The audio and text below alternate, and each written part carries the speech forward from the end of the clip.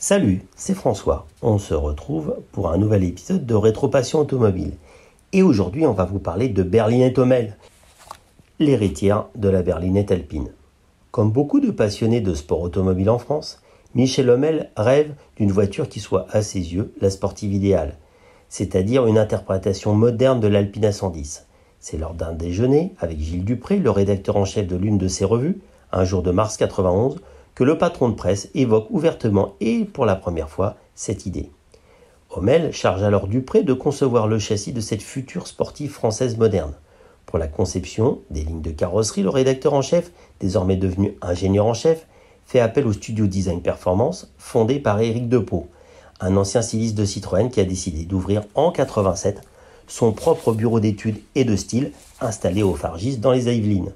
C'est donc lui qui aura la charge de transcrire sur le papier et ensuite en 3 dimensions les lignes de la nouvelle berlinette voulue par Michel Hommel.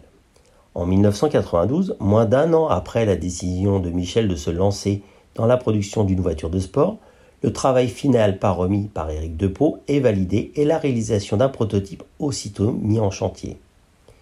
C'est au Palais des Expositions de la Porte de Versailles qu'est présentée la nouvelle berlinette Hommel. Pour Michel Hommel et son équipe, tout, ou en tout cas beaucoup de choses restent encore à faire, car à cette date, ces derniers ne disposent encore d'aucune usine avec les installations nécessaires pour assurer la production de la berlinette Hommel.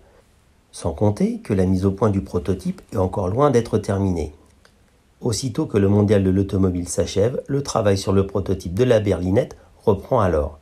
Parallèlement aux travaux menés sur le prototype, Michel Hommel est finalement parvenu à trouver le site idéal à ses yeux pour accueillir la production de la sportive qui portera son nom.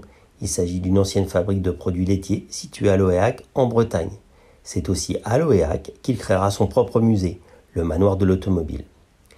Au milieu du mois d'août 1994, le premier exemplaire de la nouvelle berlinette Hommel Échappement, un nom de modèle choisi bien évidemment en référence au magazine ainsi qu'au groupe de presse fondé par Michel Hommel, sort finalement de l'usine. Celle qui a été voulue par son créateur comme l'incarnation de la vraie sportive française moderne, a été conçue sur la base d'un châssis multitubulaire en acier recouvert d'une carrosserie réalisée, elle, en polyester. Le recours à des matériaux composites pour la fabrication des panneaux de la carrosserie ayant l'avantage, surtout pour un artisan constructeur comme Hommel, de pouvoir ainsi réaliser les carrosseries destinées à habiller ses voitures sans avoir à réaliser de longs et lourds et coûteux investissements dans des machines d'emboutissage.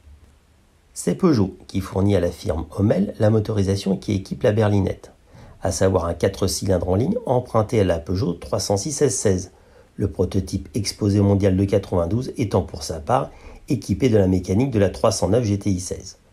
C'est aussi PSA qui fournit la majorité des autres éléments mécaniques, mais aussi un certain nombre de pièces d'équipement ou de cosmétiques qui équipent la berlinette, notamment l'essieu arrière qui est en réalité un train avant emprunté à la Peugeot 405 MI16, mais ici installé en position retournée.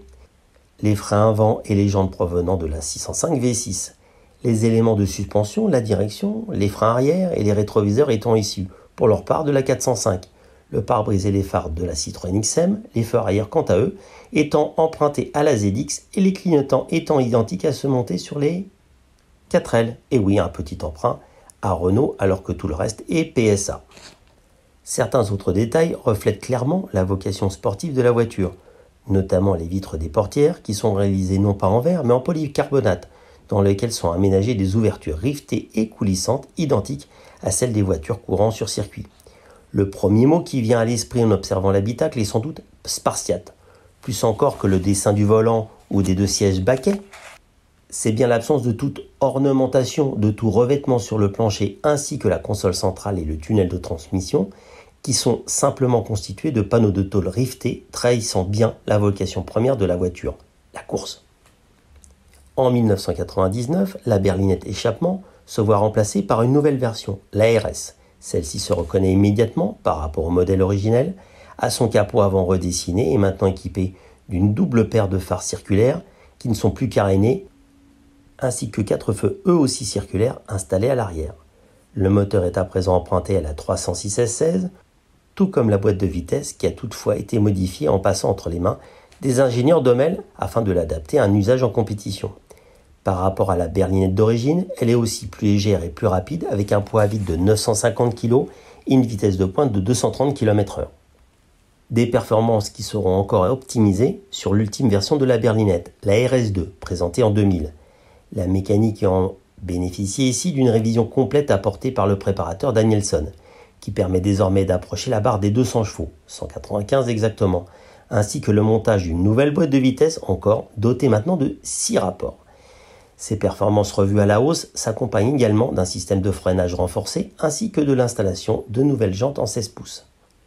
La production de la berlinette Hommel prendra fin en décembre 2003. Compte tenu de tout cela, on peut toutefois estimer que ces chiffres de production n'ont rien de vraiment ridicule, puisqu'en près de 10 ans de carrière, elle aura été produite, toutes versions confondues, à 242 exemplaires, 69 berlinettes échappement, 52 barquettes, 63 berlinettes RS, 45 berlinettes RS2, 10 berlinettes 10e anniversaire fêtant la fin de la production, ainsi que le prototype du cabriolet Capster et celui de la barquette échappement. Michel Hommel, en plus d'avoir été un grand patron de presse, a eu cette chance, ce courage et cette inconscience, dirons-nous, de créer une voiture de toutes pièces et qui restera dans les annales comme étant un intermédiaire entre la berlinette des années 70 et la nouvelle Alpine sortie dans les années 2020. Un grand merci à Maxime Dubreuil pour ce superbe texte et crédit photo sur l'article de Rétropassion à Dominique Pège, Mathieu Berger et Guéna.